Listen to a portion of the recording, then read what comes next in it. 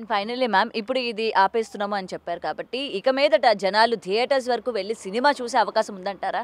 ఎందుకంటే కేవలం దీని వల్లనే జనాలు సినిమాలు చూడడానికి థియేటర్ వరకు రాలేకపోతున్నారు అని ఏదైతే వాళ్ళు వాదన వినిపించారో, ఇప్పుడు ఇది ఆగిపోయిన తర్వాత ఆ కొత్త సినిమా చూడాలి, ఇప్పుడు ఐబొమ్మ కూడా లేదు, లేకపోతే ఇలాంటి వెబ్సైట్స్ లేవు కాబట్టి కంపల్సరీగా ముఖ్యంగా సినిమా ప్రియులు ఉంటారు. వెళ్ళి చూడాలి అన్న వాళ్ళలోని అసలు ఆ ఉత్సాహం గాని అది వస్తుందంటారా? కష్టం అండి. ఇప్పుడు ఏదో గివ్ అండ్ టేక్ పాలసీలో సినిమా ఇండస్ట్రీ పొలిటీషియన్స్ ఉన్నారు. అది కాదు కదా, ప్రజల్ని పట్టించుకోవాలి మీరు. ఇప్పుడు మీరు ఇవాళ ఐబొమ్మ లేదు కాబట్టి వీళ్ళు సినిమా థియేటర్స్కి వచ్చేస్తారు, వేలకు వేలు ఖర్చు పెట్టి వీళ్ళు సినిమాలు తీస్తారు అనుకోక్కర్లా. ఇప్పుడు వాళ్ళు ఖర్చు పెట్టే స్థితిలో లేరు కాబట్టే వాళ్ళు ఐబొమ్మ చూస్తున్నారు. వాళ్ళు ఖర్చు పెట్టే స్థితిలో ఉంటే వాళ్ళు థియేటర్స్కి అప్పుడే వచ్చేవాళ్ళు, ఐబొమ్మ చూడరు. వాళ్ళు తప్పుడు మార్గంలో చూడాలని అనుకోరు. కాబట్టి వాళ్ళు ఐబొమ్మ లేకపోయినా రారండి, ఐబొమ్మ ఉన్నా రారు. వాళ్ళు ఎప్పుడు థియేటర్లో అంటే సినిమా వెళ్ళిపోయాక ఎప్పుడైతే ఓటీటీలో కూడా చాలామంది చూడాలి చెప్పాలంటే, వాళ్ళు ఎప్పుడైతే ఛానల్స్లో వస్తాయో అప్పుడే చూడడానికి ఇష్టపడతారు కూడా. ఓకే.